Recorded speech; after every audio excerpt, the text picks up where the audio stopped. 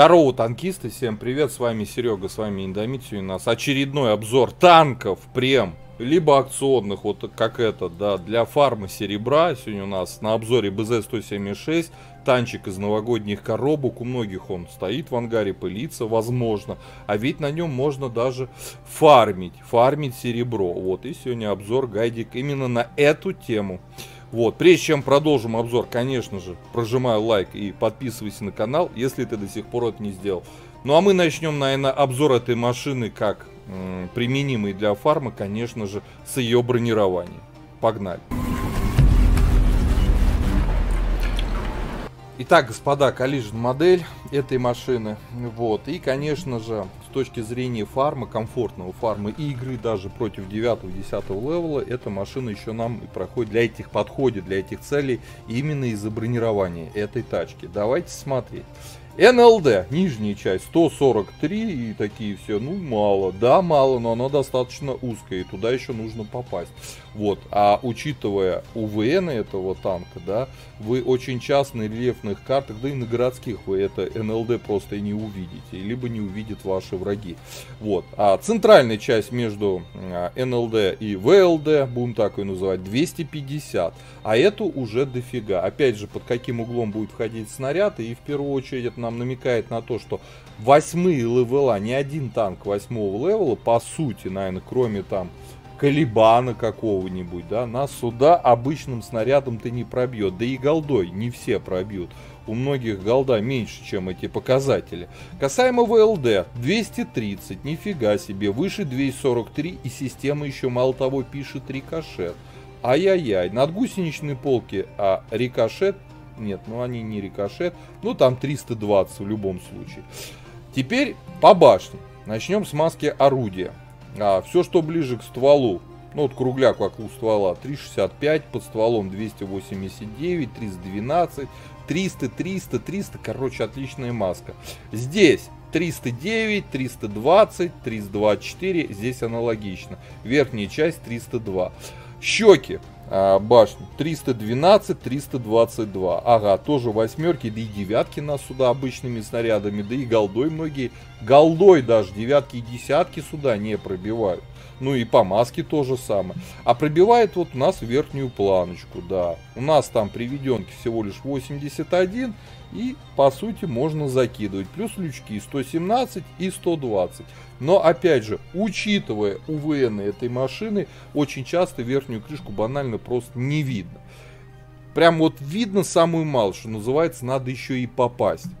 Боковое бронирование у нас сотка, нифига себе. То есть этот танк еще и танкует отлично, да? Да, здесь 600, 700. Щеку подставляет, рикошет 251. Так что от борта танкует. ВЛД башня крепкая, за исключением верхней планки, крышки и люков, да? Ну и НЛД УЗ. Короче, по броне очень много преимуществ, как для тяжелого танка 8-го. Так, господа, с броней разобрались. Давайте глядеть теперь орудие. Орудие у нас 8-го левела. Итак, у нас 160 миллиметров, 650 альфа у нас на бронебойном снаряде, 800 на фугасе. Причем, смотрите, какая интересная зависимость. На бронебойном снаряде бронепробитие 208, а на фугасе 225. Да, он дороже, но пробитие у него лучше и еще и урона больше наносит. Делаем для себя пометочку, да. Заряжается пушка у нас 25 секунд, и это на стоке. 0,46 точность, прям говно-говно. 3,5 секунды время сведения, это надо запомнить и учитывать в дальнейшем. Вот, ДПМ у нас 1560. Теперь касаемо полевой модернизации. Второй блок вездеходная ходовая. В четвертом блоке обязательно качать притирку шестерни наведения, тем самым улучшая сведение, которое у нас на стоке 3,5 секунды. Звукоизоляция в пятом блоке. Вторым слотом мы берем мобильность. Да-да, мобильность мы на этой машине будем катать, конечно же, на турбине. Вот она во втором слоте стоит. Обязательно сюда надо ставить досел и сюда нужно ставить приводы. Приводы очень важный момент для этой машины. По снарядам, значит, бронебойный основной тип снаряда у нас летит 860 метров в секунду, голдовый фугас 760. Да, к полету этого снаряда, особенно когда стреляете по подвижным целям, нужно привыкать, безусловно. По снаряжению: ремка, аптечка, автоматический огнетушитель, 4 члена экипажа, перки наблюдаете перед собой. И теперь, ребята, продолжим по плюсам и минусам этой машины. По огневой мощи начнем. Почему же этот танк я, так сказать, затащил в топ-10 танков для фармы серебра? Именно восьмерку. Давайте глядеть. Я всегда катаю на этом танке на голдовых снарядах, то есть на фугас, у которых выше пробитие и, соответственно, еще и больше альфа. Плюс к тому, у нас на этом танке есть хорошие УВН, минус 10. Это очень годно. ДПМ у нас уже подрос до 1900. Заряжается пушка уже 21 секунду. Это тоже неплохо, учитывая такую альфу. Вот. Да, снаряды немного медленные, но есть УВН, есть сумасшедшая альфа и неплохое для фугаса пробитие, конечно же. По ХП 1600. Сказать, что это жирно, нет. Обычно, стандартно для 8 уровня тяжей. По мобильности, вот здесь интересно. 52,5 вперед, 1,8 назад. Это когда мы идем в режиме ускорения на вот этих самых петардах, назовем их так. Ускорений у нас всего 4. Вот, так-то его обычная скорость 35 вперед, 18 назад. Точнее не так, 31, по-моему, вперед и 16 назад. Но поскольку мы на турбине, здесь побольше. Удельная мощность у нас 11,44, ну там менее 12 лошадей на тонну в обычном режиме. Когда мы включаем ускорение на петардах, будем их так называть, на ускорителях, пожалуйста, у нас удельная мощность вырастает до 28 лошадей на тонну. Просто сумасшедшая тяга. Максималку набираете вот так, по щелчку пальца. Именно поэтому я рекомендую катать на турбине. Значит, по обзору у нас 394 метра. Нормальный стандартный обзор, как для тяжей 8 левела. Еще раз, фармить на этом танке нужно на голдовых снарядах, на фугасах. Несмотря на их стоимость. Вы больше настреляете, больше нанесете урона. Предлагаю же отправляться в бой. Давайте затестим, так сказать, проверим мои слова. Погнали.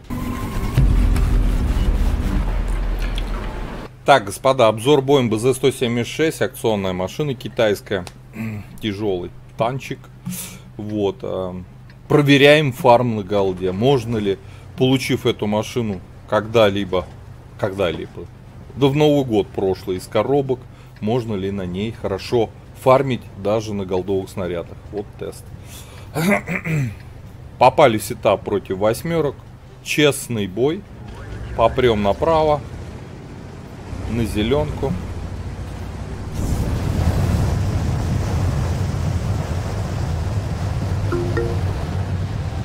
Будем агрессировать.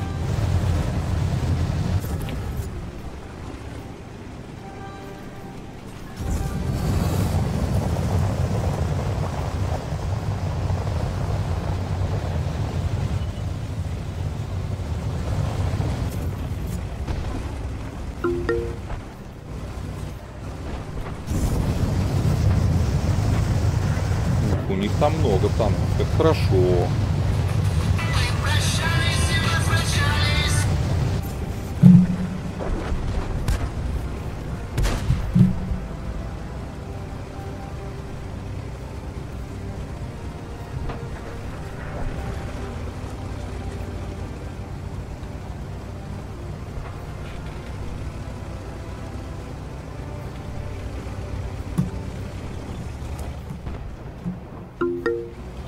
Так.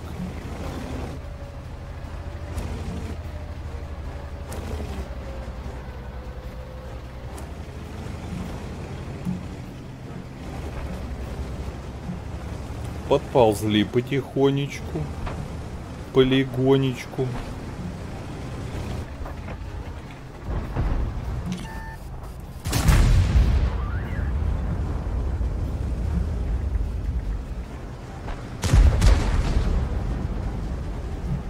Полигонечку, потихонечку.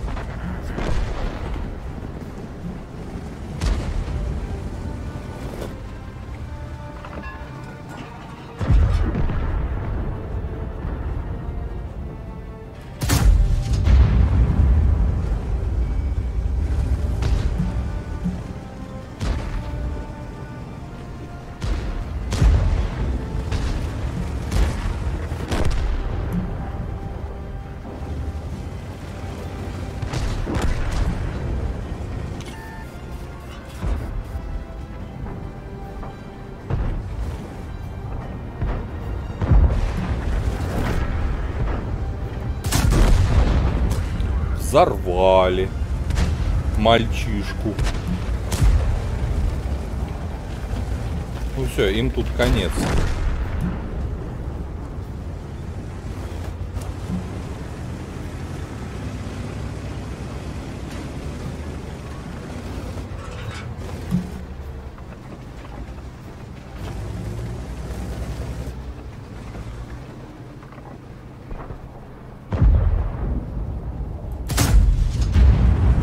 Взорвали мальчишку.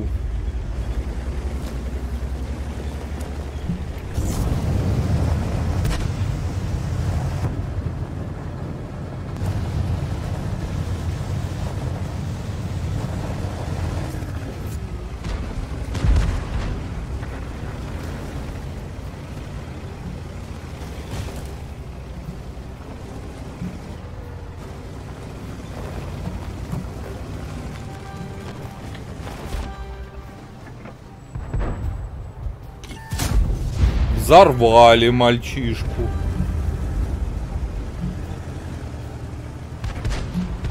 Не, ну а как они хотели? БЗ это БЗ.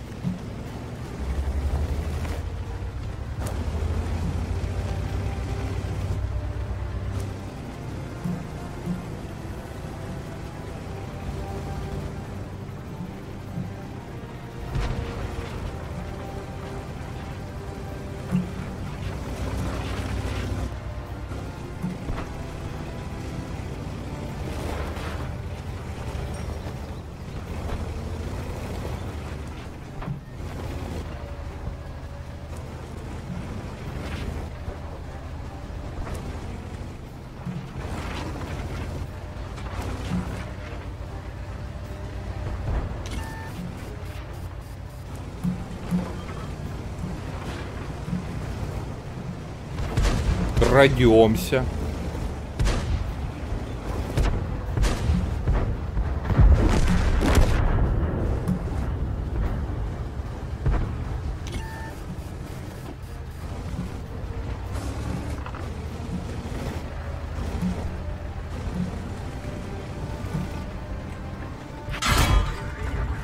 Взорвали мальчишку. Да. Постреляй в меня еще.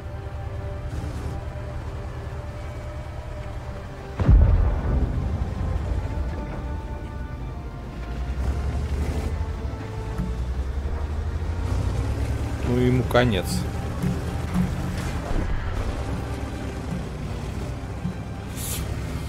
Поехали за остальными. Так, 2500 дали, 500 насветили, хорошо. А Калибан жесткий товарищ. Его грызть придется.